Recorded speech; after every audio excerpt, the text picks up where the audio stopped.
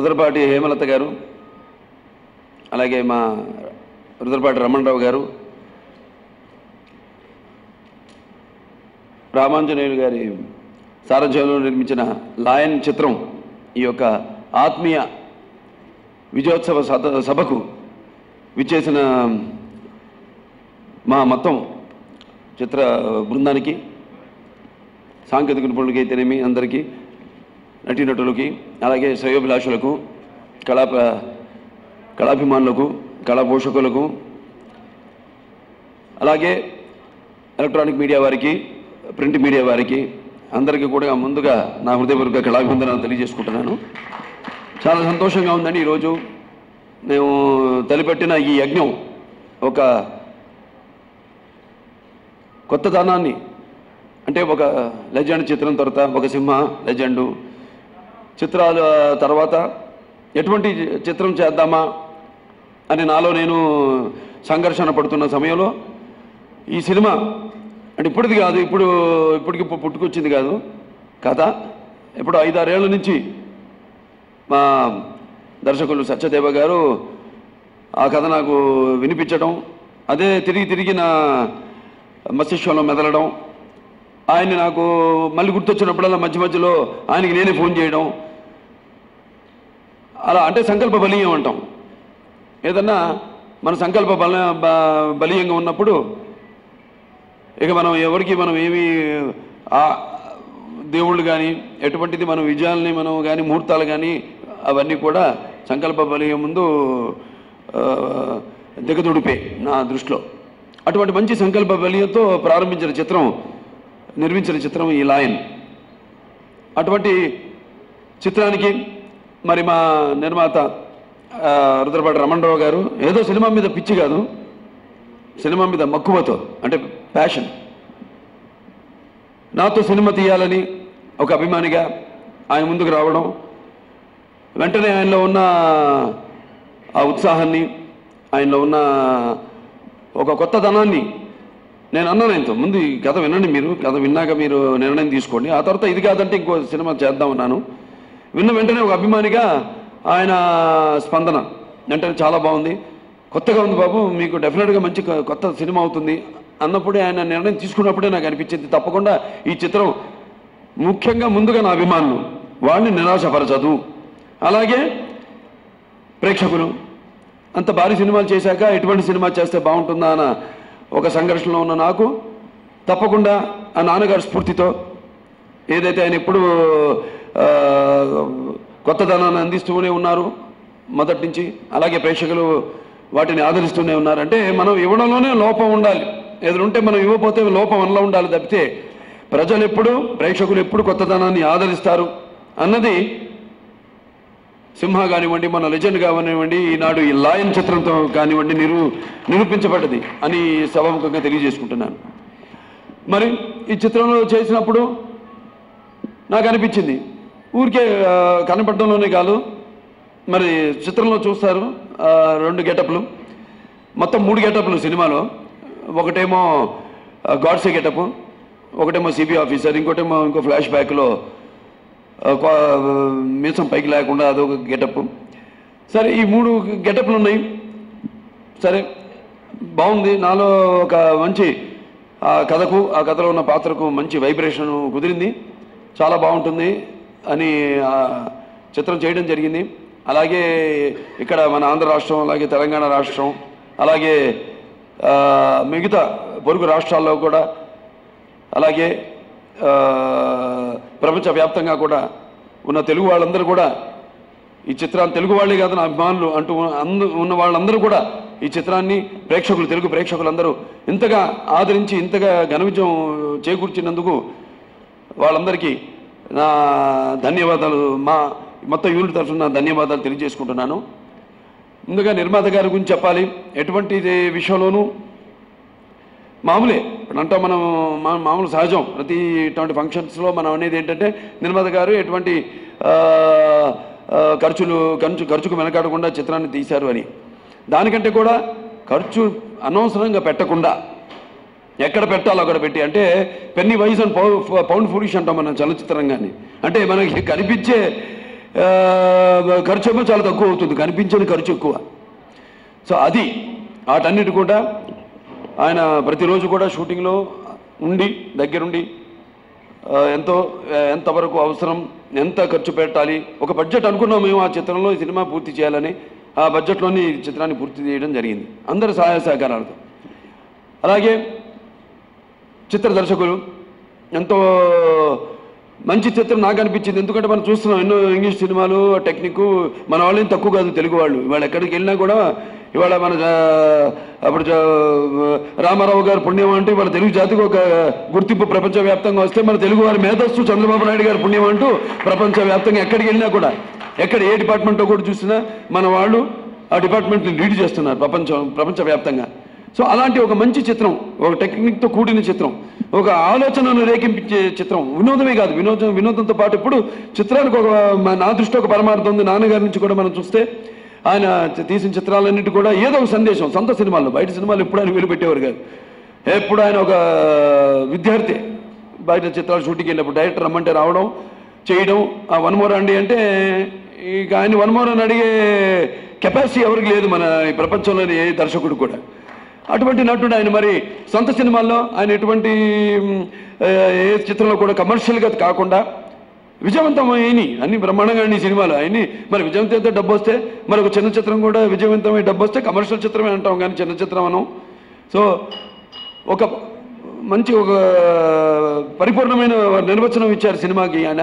అలాగే మా సినిమాలో కూడా ఎప్పటికప్పుడు ఏదో ఒక సందేశం ఇస్తూ, అలాగే మన లెజెండ్ ఉందంటే ఒక వసుదైక కుటుంబం ఉంటే ఒకటిగా ఉంటే ఎలా ఉంటుందని. మరి ఈ చిత్రంలో ఒక బాధ్యతారహితమైన ఒక పాత్ర, ఒక సిబిఐ ఆఫీసరు, మంచి నిర్వచనం కూడా ఇచ్చాం సిబిఐకి.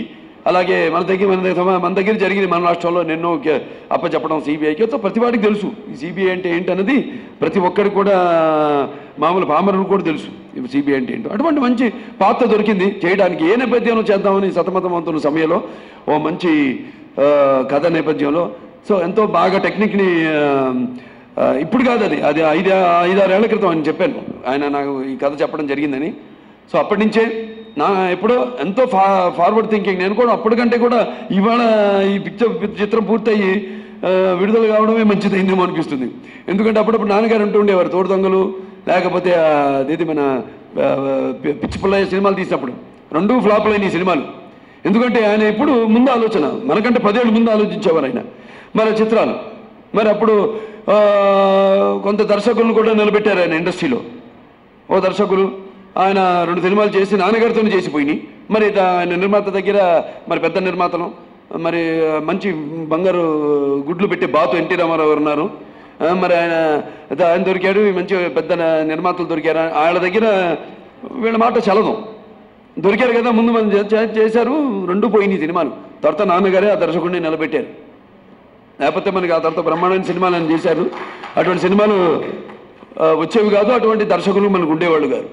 సో అలా ఇవాళకి ఈ ప్రయత్నంలో ఇవాళ ఇంత విజయవంతం సాధించినందుకు ఈ చిత్రం చాలా సంతోషంగా ఉంది. ముఖ్యంగా ప్రేక్షకులకి, అభిమానులకి నా కృతజ్ఞతలు, నా అభినందన తెలియజేసుకుంటాను. నా ప్రేక్షకులు అంటే నేను ఎప్పుడు గర్వంగా చెప్పుకుంటాను. ఎందుకంటే నేను చెప్పాను ఇంతకుముందు నాన్నగారి నుంచి కూడా కొత్తదాన్ని నేను ఎప్పుడు ఆదరిస్తున్నారు, అభినందిస్తున్నారు. అభినందించడం అంటే ఒక రకంగా ఇలాంటి సినిమాలు ఇంకా మాకు ఇవ్వండి అని ఒక కోణం నుంచి అయితే, ఈ మా యూనిట్ అంతా పడ్డ శ్రమని ఒక్కసారి మర్చిపోయి మళ్ళీ ఒక నూతన ఉత్సాహంతో ఇటువంటి సినిమాలు చేయడానికి మాలో ఒక కొత్త ఉత్సాహాన్ని నింపడం రెండో కోణం.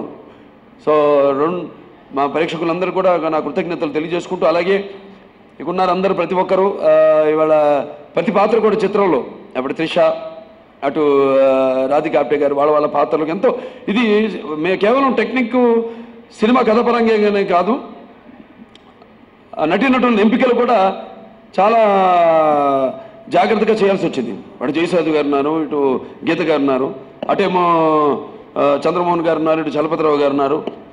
మరి వీళ్ళలో కథలో ఎవరు అసలు తల్లిదండ్రులు ఉంది. జయసుధ గారికి ఒక ఇమేజ్ ఉంది, సరే ఆవిడని మనం పెట్టి ఆవిడ కాదు అంటే అదొక టెక్నిక్. అలాగే ఇక్కడ అందరికీ ఒక్కొక్క ఆర్టిస్ట్కి వాళ్ళకి ఇమేజ్లు ఉన్నాయి. వాటిని సమతుల్యంగా వారందరినీ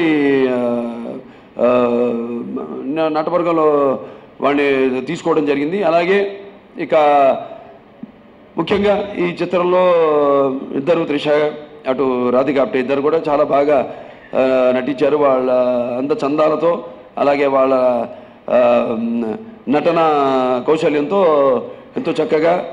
అలాగే మా చిత్రంలో ప్రతినాయకులు ప్రకాష్ రాజ్ గారికి ముఖ్యంగా ఆయన కథ వినగానే వెంటనే ఎంతో స్పందించి, అలాగే ప్రదీప్ రావత్ గారు ఒక్క సీన్ అయినా ఆ సీన్కి నేను చెప్పినట్టు అవసరం. అటువంటి నటుడు ఉంటేనే ప్రతినాయకుడు అంత బలంగా ఉంటేనే నాయకుడు అంత ఎదుగుతాడు.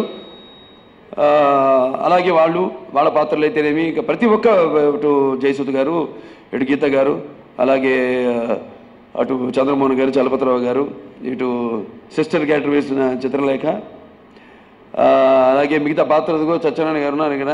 ఆయన సత్యనారాయణ గారిని పిలుస్తాను. కొందరు పేర్లు అలా ఇక సినిమాలతో పాటు గుర్తుండిపోతాయి, ప్రత్యేకంగా నా సినిమాల్లోనే. ఎందుకంటే ఇప్పుడు బోరింగ్ పాప ఉంది జయలలిత, ఇప్పటికీ బయటికి వెళ్ళినా బోరింగ్ పాపే అంటారు. అలాగే ఇప్పుడు మన జయప్రకాష్ రెడ్డి గారు ఉన్నారు, ఆయన ఎక్కడికి వెళ్ళినా బయట ఇప్పటికీ వీరరాఘవరెడ్డి అని పిలుస్తారు కానీ జయప్రకాష్ రెడ్డి గారు అని పిలవరు. అలాగే సత్యనారాయణ ఆ పాత్ర అంతా కూడా ఉంటూ సరే. అలాగే పాత్ర సమీర్ గారు పాపం ఆయన చాలా దెబ్బలు తింటాను ఉండాలని పాప ఆయనే కోరుకుంటున్నాడు. వడ్డిస్తాను బాగా, ఎందుకంటే పాప ఆయనకు తిన్నప్పుడల్లా సినిమాలు బాగా ఆడుతున్నాయి. సో ఆయనకి తినాలుంది, నాకు తినిపించాలి, లేకపోయినా తినాలన్నప్పుడు వాళ్ళ కోరిక నెరవేర్చాలి, తింటూనే ఉంటాం. అలాగే కాశీ గారు, అందరు కూడా, అలీ గారు ఉన్నారు. అలీ గారు బ్రహ్మాండమైన ఎంటర్టైన్మెంట్ అందించి ఎంత కావాలో అంతా. ఇప్పుడు లెజెండ్ సినిమానే ఉంది, మనకి ఎంత ఉంది ఎంటర్టైన్మెంట్. బ్రహ్మానందం గారు చేశారు అద్భుతంగా, అలాగే అలీ గారు ఇందులో అద్భుతంగా చేశారు, ఎంత కావాలో అంతా. అలాగే చిత్రంలో మన మిగతా పాత్రలన్నీ కూడా బ్రహ్మాండంగా అందరూ అద్భుతంగా చేశారు, ప్రతి ఒక్కళ్ళు కూడా. మన గౌతమ్ రాజు గారు ఉన్నారు, ఆయన అసలు నిద్రపోను వల్ల ఆయన మామూలు నిద్రపోవడం ఆయన. కాకపోతే ఆయన ఇప్పుడు 24 గంటల పనిలో ఉంటారు. పనిలో ఉంటే ఎప్పుడు ఫోన్ రింగ్ టోన్లో ఉంటుందో తెలియదు. సో ఆయన ఎప్పటికప్పుడు పాప ఆయన ఎంతో కష్టపడే సినిమాకి, ఆయనకంటూ ఈ సినిమాకి కాదు ప్రతి సినిమాకి ఆయన మనసు పెట్టి పని చేస్తారు. ఆయన ఈ సినిమాకి చాలా అద్భుతంగా, ఎందుకంటే ఇది ఎడిటింగ్ డైరెక్టర్ ఇద్దరే మెయిన్ ఈ సినిమాకి. నేను ఎప్పుడు వెళ్ళి నమ్ముతాను ఇద్దరిని ఒక సినిమా అంటే. ఒక టెక్నికల్ పిక్చర్ అయితే, ఎందుకంటే అప్పుడప్పుడు తెలీదు, తీసే దాంట్లో కొన్ని అవకతవకలు ఉండొచ్చు, వాటిని సరిచేయగల మొనగాడు అంటే ఒక ఎడిటర్ నా దృష్టిలో. అట్లా అద్భుతంగా చాలా బాగా నేను ఆయన వెంటబడుతూ, నీడలాగా వెంటబడుతూ ఎప్పటికప్పుడు అన్నీ చూసుకుంటూ కూడా అందరం కూడా ఎంతో ఎక్సైట్ అయ్యాం ఈ సినిమా చేస్తున్నాం అన్నప్పుడు. అలాగే సంగీత దర్శకులు మణిశర్మ గారు ఎంతో చాలా మా గ్యాప్ తర్వాత మా కాంబినేషన్లో ఆయన చేయడం జరిగింది. ఎలాగైతే లెజెండ్లో ఏ పాటకు సంబంధం లేకుండా ఎలాగైతే ఒక అవకాశం దొరికిందో ఒక సంగీత దర్శకుడికి, అలాగే ఈ చిత్రంలో కూడా మణిశర్మ గారికి ఒక మంచి అవకాశం. పాటకు సంబంధం లేకుండా అన్ని అద్భుతమైన పాటలు, ఒక పాట సంబంధం ఉండదు వాళ్ళ సన్నివేశాల్లో చూస్తే. అలాగే పాటలు రాసిన శ్రీమణి గారు, భాస్కర్ భట్ల గారు, అలాగే రామ్ జోగేష్ శాస్త్రి గారు, వాళ్ళంతా కూడా ఎంతో అద్భుతంగా సాహిత్యాన్ని అందించడం జరిగింది. రామ్ లక్ష్మణ్ గారి గురించి ప్రత్యేకంగా చెప్పుకోవాలి. ఎంతో బాగా డైరెక్టర్ గారితో కూడా డిస్కస్ చేసి, డైరెక్టర్ గారు కూడా వాళ్ళకి ఎక్స్ప్లెయిన్ చేసి సిచ్యువేషన్ అది ఎంతో అద్భుతంగా ఫైట్స్ అన్ని కంపోజ్ చేయడం జరిగింది. అలాగే డాన్స్ మాస్టర్లు ఉన్నారు బృంద, అలాగే ప్రేమ్ రక్షిత్, అలాగే శివశంకర్ మాస్టర్ గారు ఎంతో అద్భుతంగా డాన్స్లు పాటలకి తగ్గ స్టెప్స్ కంపోజ్ చేయడం జరిగింది. ప్రతి ఒక్కరు కూడా ఎంతో అద్భుతంగా ఈ సినిమాకి ప్రాణం పెట్టి, అంటే ఒక కొత్తదనం ఇస్తున్నామని ప్రతి ఒక్కరు, నేను అనుకోవడమే కాదు, నా సినిమాలో నేను ఎప్పుడూ ఇన్వాల్వ్ చేస్తాను మొత్తం యూనిట్ని. నెమ్మదిగా మొదట ఒక 2-3 రోజులు చాలా ఆటకాయతనంగా ఉంటుంది సినిమా షూటింగ్, ఆ తర్వాత మొదలవుతుంది అసలు విషయం. అక్కడి నుంచి అందరినీ ఒక్కొక్కరిని ఆ క్యారెక్టర్స్లోకి తీసుకెళ్ళడం, ప్రతి ఒక్కళ్ళు కూడా ఎంతో అద్భుతంగా వాళ్ళ పాత్రని పోషించారు. తెర ముందు వారు, తెర వెనక ఉన్న వాళ్ళందరూ కూడా. మా కెమెరామెన్ ప్రసాద్ గారు చాలా అద్భుతంగా చిత్రీకరించడం జరిగింది. ఎందుకంటే ఆయన కూడా ఒక మంచి ఛాలెంజ్, టెంపరేచర్ మెయింటైన్ చేసి షూట్ చేయడం జరిగింది.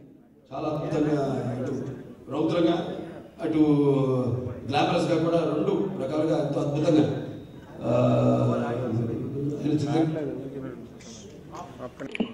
అందరికీ ఈ పేరున ఈ చిత్రాన్ని ఎంతగా ఆదరిస్తున్న అభిమానులకు అయితేనేమి మన తెలుగు ప్రేక్షకులకు అందరూ కూడా నా కృతజ్ఞతలు తెలియజేసుకుంటున్నాను.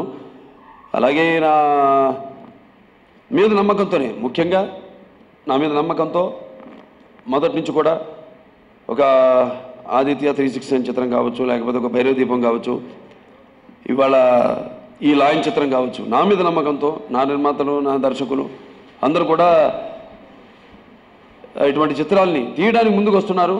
సో నాలో ఆ కొత్తదనం ఇవ్వాలన్న తపన ఇంకా ఇలాగే కొనసాగాలని, ఇంకా ముందు ఎన్నో మంచి చిత్రాలు, కొత్తదనంతో కూడుకున్న చిత్రాలు, కొత్త నేపథ్యంలో, కొత్త పాత్రల్లో నేను నా చివరి రక్తపు పొట్టు వరకు, నా చివరి శ్వాస వరకు నేను ఇస్తూనే ఉంటానని. ఎంతటువంటి ప్రేక్షకులు ఉన్నప్పుడు మనం చూస్తాం, ఎక్కడైనా సరే ఏ భాష, మన భారతదేశంలోనే ఏ చలనచిత్రంగంలో చూసినా నాకు ఒక రామారావు అబ్బాయిగా పుట్టినందుకు ఇటువంటి సినిమాలు చేయడం అన్నది కూడా నాకు ఆ భగవంతుడు అవకాశాన్ని ప్రసాదించినందుకు, ఆయన ఒక వారసత్వాన్ని నటుడిగా ఆ భగవంతుడు కూడా నా కృతజ్ఞతలు తెలియజేసుకుంటూ, మరొకసారి ఈ యొక్క చిత్ర విజయం వెనకాల పాత్రికేయులు మీరంతా కూడా ఉన్నారు. ఎంతో మంచి రిపోర్ట్స్ ఇస్తూ కూడా సినిమా గురించి రివ్యూస్ చాలా కొత్తగా ఉంది, అందరూ చూడదగ్గ చిత్రం అని కూడా మంచి ఒక చిత్రాన్ని మీరు ప్రమోట్ చేయడం కూడా జరిగింది. అలాగే సైట్స్ వాళ్ళందరూ కూడా మంచి మంచి రేటింగ్స్ ఇవ్వడం, వాళ్ళందరూ కూడా ఈ సభాముఖంగా మీ అందరికీ నా కృతజ్ఞతలు తెలియజేసుకుంటూ నేను సెలవు తీసుకుంటున్నాను. Thank you sir, thank you so much. माफ करने के लिए मैं मदर तेरेसा नहीं, नाम है मेरा बुलेट. బుల్లెట్ చెచ్చ 5 స్టార్ చాక్లెట్ లా ఉంది. నాకేమో బాగా